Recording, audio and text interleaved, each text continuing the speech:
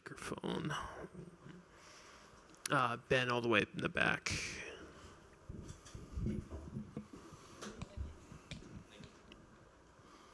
Hey, John, just to start, what do you make of what Trey did on the mound today?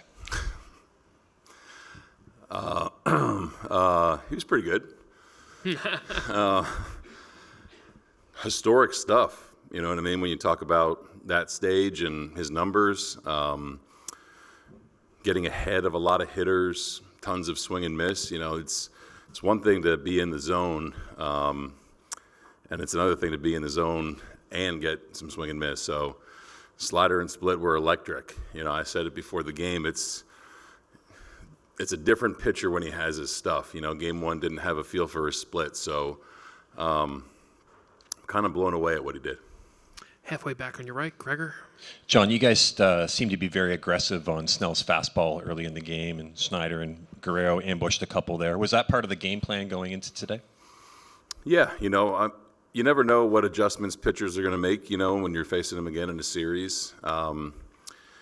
Yeah, that was kind of the plan, you know, and I think after that he threw, you know, a lot of sliders, changeups, curveballs, and you have to be able to adapt. So against a guy like him, you know, I know in game one we fouled off a ton of pitches and made him work, and you have to be ready to hit when he comes over the middle of the plate. So Schneider was, and Vlad was, you know, that was a good start for us, you know, to get a little two-run cushion for Trey in this environment.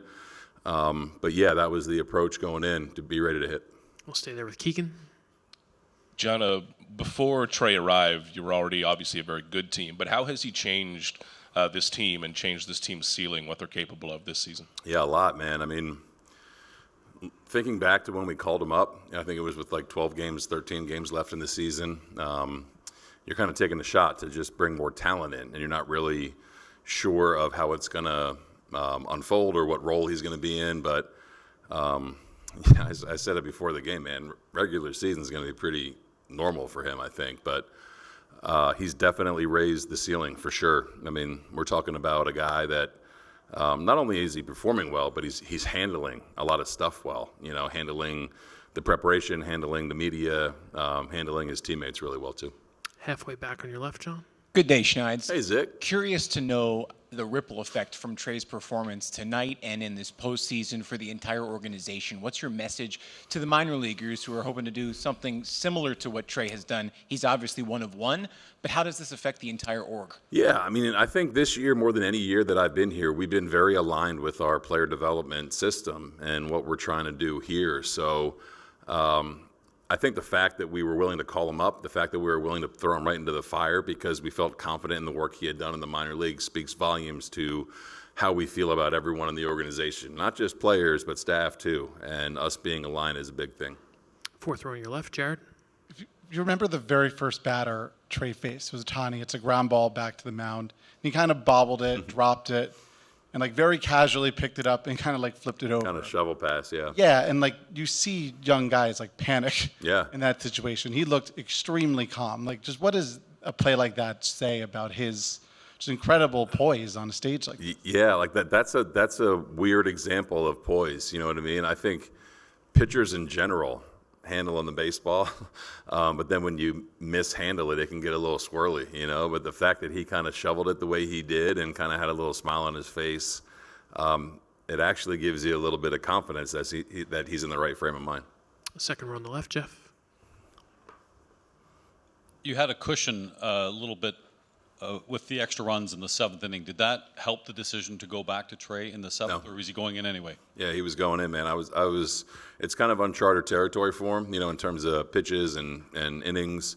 I told Pete after the sixth, I said, I don't think there's anyone better in our bullpen right now, you know, just kind of watching in real time. So the layoff in that inning kind of played a part of it. He did a great job of keeping himself moving, and he kept saying, I feel great. So it's just an unbelievable performance by him. On the row behind, Ron. Did you guys have a strategy to jump on Blake's fastball early? And if so, why did you come up with it? Against a really good pitcher like him, you have to be ready to hit, right? He's going to come after you. He's going to challenge you. And I think those two swings from Schneider and from Vlad, first at bat of a game, is always a little bit different, right? There's a lot of guys that swing at the first pitch. So we wanted to be aggressive on balls that were in the middle of the zone. Vlad was a little different, a little bit in, but that's been our strategy against really good pitchers. There's a time to grind them and there's a time to be ready to hit. Just pretty cool. It worked out the way it did. Was there any tell on the fastball you were looking at? Any what? Any tell on the fastball you were looking at? Any tell? Yeah. No, I mean he's got great weapons. You know what I mean? I think that any hitter will tell you against a guy like that, when you know he's going to challenge you, you got to be ready for the fastball. Second row on your right, Daniel.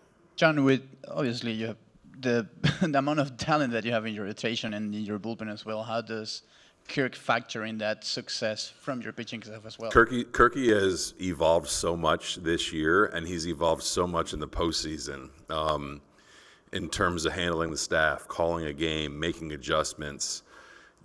In order to get to where you want to get to, I've always said it, not because I'm a former really bad minor league catcher, but because you need a good catcher. You need a steady presence back there, and he has been absolutely nails this entire postseason. Do two last ones, far back in the left middle.